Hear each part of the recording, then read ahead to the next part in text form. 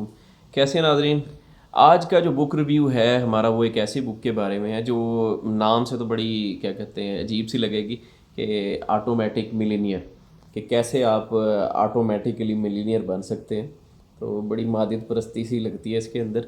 लेकिन ये है कि इस बुक को अगर आप जब आप पढ़ेंगे इसको, तो आपको इसमें चैरिटी करने के लिए भी कहा जाएगा, आपको इसमें सूद से क्रेडिट कार्ड से बचने के लिए भी कहा जाएगा, और आपको इसमें रोका किस बात से जाता है, ऑटोमेटिक आप मिलीनियर कैसे बनते हैं। डेविड बैक इस बुक के राइटर हैं और काफ़ी सारे प्रोग्राम्स कर चुके हैं। 1 मिलियन प्लस जो कॉपीज़ हैं इसकी वो सोल्ड आउट हो चुकी हैं। और ये automatic millionaire basically salary person के लिए एक किताब है कि अगर एक सैलरी पर्सन है तो वो कैसे अपनी सैलरी में से बचत कर सकता है और अपने एक्सपेंसेस को कैसे वो कंट्रोल कर सकता है। तो बेसिकली इसके अंदर छोटा सा एक कॉन्सेप्ट दिया गया है कि आप अपने एक्सपेंसेस को कैसे कंट्रोल कर सकते हैं। और जैसे ही आपकी सैलरी आती है सबसे पहले आपने उसमें से थोड़ी सी सेविंग करनी है, बाद में से उसमें से आपने ख़र्चा करना है। इससे क्या होगा कि सेविंग आपकी प्रायोरिटी हो जाएगी और जो बाकी पैसे होंगे आप इजीली उसको खर्च कर सकते हैं। अगर आप पहले खर्च कर लेंगे तो बाद में तो सेविंग तो होगी नहीं, क्योंकि ख़र्चे तो रुकते नहीं हैं।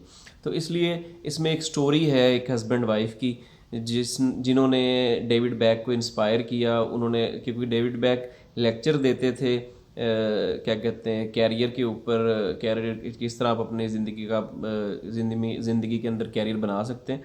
तो उसके ऊपर जब वो लेक्चर दे रहे थे उस दौरान उनके पास एक फैमिली आई जो बताना चाह रहे थे कि हम जॉब छोड़ के रिज़ाइन करके जो है ना अपनी अब रिटायर लाइफ गुजारना चाहते हैं। तो डेविड बैक ने उनसे पूछा कि कैसे आप ये सब करेंगे। तो उसके ऊपर जो है ना डेविड बैक को उन्होंने बताया कि हमने ऐसे ऐसे सेविंग्स की, ऐसे हमने अपने घर ख़रीदा, उसकी इंस्टॉलमेंट्स दी, ऐसे हमने क्रेडिट कार्ड्स को ख़त्म किया अपनी ज़िंदगी से, और आहिस्ता आहिस्ता वो एक अच्छी ज़िंदगी की तरफ आ गए और उनका घर और सब चीज़ें, उनकी सेविंग्स ठीक हो गई। तो इस बुक को आप पढ़ें, ये अच्छी किताब है। और स्पेशली मैं रिकमेंड करूँगा जो मेरे ओवरसीज़ भाई हैं, जिस तरह मैं ख़ुद भी एक ओवरसीज़ हूँ। तो एक्सपीरियंस हमें ये हुआ ज़िंदगी में कि अगर आप जो भी ओवरसीज़, आप जिस भी ओवरसीज़ से मिलेंगे वो आपको एक ही बात कहेगा कि यार 1-2 साल के अंदर मैंने जाना है, कुछ अरसे के अंदर मैंने जो है ना थोड़े से पैसे इकट्ठे करके चले जाना है। लेकिन थोड़े से पैसे इकट्ठे होते नहीं। उसकी सबसे बुनियादी वजह यही होती है कि जब आप पैसे इकट्ठे करते हैं, आप इस तरह इकट्ठे करते हैं कि यार मैं ये ख़र्चा कर लूँ, ये ख़र्चा कर लूँ, और इतने पैसे जो मेरे पास बच जाएंगे वो मैं सेविंग कर लूँगा। लेकिन होता क्या है कि वो जो पैसे आप ने सोचे होते हैं बचाने के लिए, तो ज़ाहिरी बात है कोई ना कोई ख़र्चा आप कर लेते हैं और वो ज़रूरी भी होता है। तो वो आप उस खर्चे के बाद तो पैसे नहीं बचते। इसलिए ऑटोमेटिक मिलीनियर की जो बुक है इसके अंदर ये बताया गया है कि आप पहले अपनी सेविंग्स करेंगे, आप उसको भी एज ए एक्सपेंस लेंगे कि आपकी जो 20% या 10% जो आपकी सैलरी में से आप जो साइड पे एक अमाउंट कर रहे हैं वो आपकी सेविंग है। तो वो एक्सपेंस के अंदर आप उस खाने के अंदर ले आएंगे, एक्सपेंस के अंदर, कि मेरी अगर 2000 दिरम सैलरी है तो 200 दिरम जो है या 500 दिरम जो है या 1000 दिरम जो है वो मेरा एक्सपेंस है।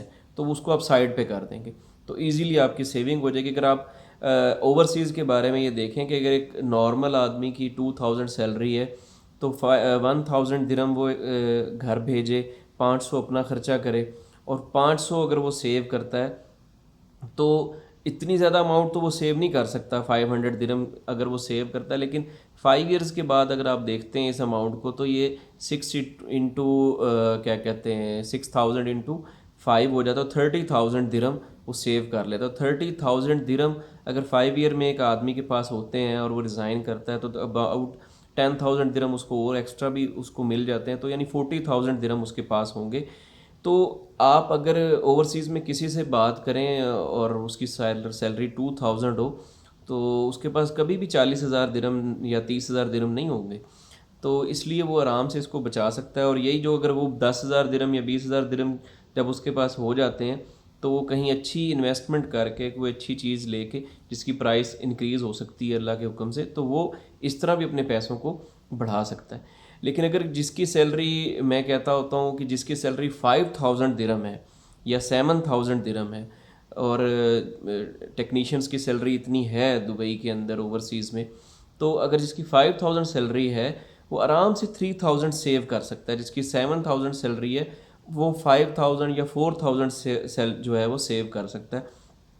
तो एक 4000 सेविंग वाला आदमी जो 4000 दिरहम सेव करता है, उसके पास 5 साल के बाद जो है वो लाखों दिरहम होंगे, और वो आराम से जो है वो अपने मुल्क में वापस जाके कोई काम कर सकता है, कोई इन्वेस्टमेंट कर सकता है। इसलिए सबसे पहले आप सेविंग के खाने को लेके आएंगे ऑटोमेटिक मिलीनियर में, उसमें सेविंग को आप एज ए एक्सपेंस रखेंगे तो इजीली आपकी जो है ना वो सेविंग्स हो जाएंगी। तो ये बुक जो है वो क्या कहते हैं, आप डेविड बैक की ऑटोमेटिक मिलीनियर, अगर डिटेल के साथ आप सेविंग्स को समझना चाहते हैं और क्रेडिट कार्ड को छोड़ना चाहते हैं और क्या कहते हैं अपने सेविंग्स को ऑटोमेटिक बनाना चाहते हैं, तो ये बुक को आप डिटेल से पढ़ भी सकते हैं। उम्मीद है कि जो छोटा सा मैंने रिव्यू दिया है इसमें भी आपको कुछ समझ आई होगी। बस इतना ही मुझे समझ आया जो मैं आपको समझा सकता था। अस्सलामु अलैकुम वरहमतुल्लाहि वबरकातुहू।